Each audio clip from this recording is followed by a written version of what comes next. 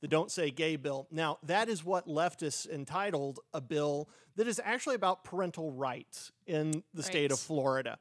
And the idea behind this bill was that we don't want teachers talking to 4-year-olds, 5-year-olds, 6-year-olds, 7-year-olds, 8-year-olds about sex, about sexual orientations, about what sex a radical in general. idea. Yeah, this is...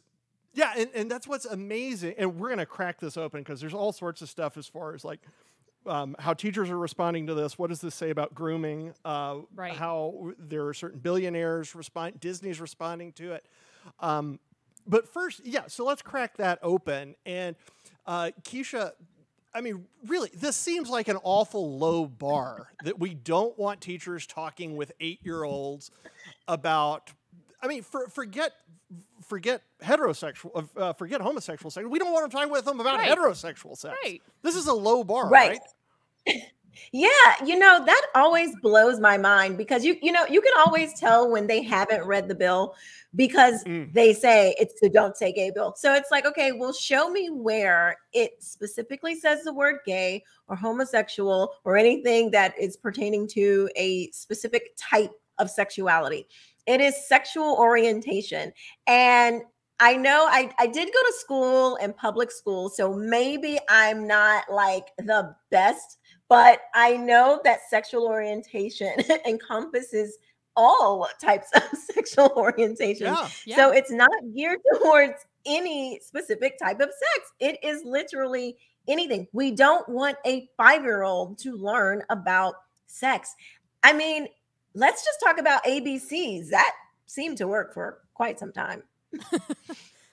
Right. I mean, it's just an undermining of basic education. Your young grades, you're teaching them how to read and write and, blow their nose. And now people are angry because you can't teach them about sex, which is already so far beyond their developmental abilities to like comprehend, let alone bringing in any sort of LGBTQ agenda. Yeah, they seem to sense that. I mean, like, I have kids, and mine are old enough now. Mine are, I want to say 12 and 16. No, just kidding. They're 14 and 15. But I remember the days when they were super young, and they didn't really know they were vaguely aware of differences in aggression. Yeah. And interests in things. My daughter was way more collaborative than my son, and my son was way more violent than my daughter. Naturally. But they're not, they're not aware of actual sexual differences. Why in God's name would you introduce them to that, to something like that at such an early age? I mean, pick me. I know. Hey, go. So there was this thing, I don't know if you guys saw, but there was this Disney lady, I forget her name, but she said it's a not so secret gay agenda. So I think the cat is out of the bag.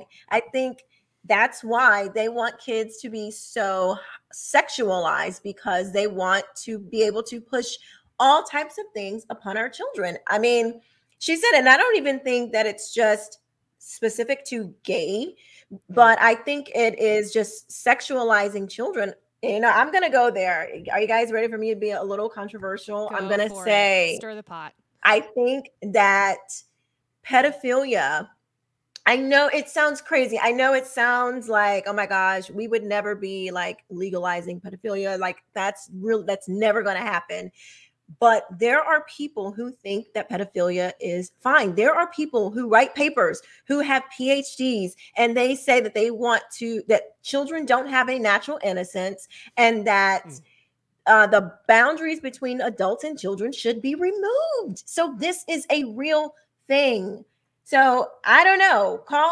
If you want to put on your tinfoil hat with me, you can go there. And I'm just saying, I don't know. It looks like they're trying to groom our kids. No, I don't think there's a tinfoil hat there at all. The last time, I know what you're talking about. The last piece on this that I read was just 3 or 4 weeks ago.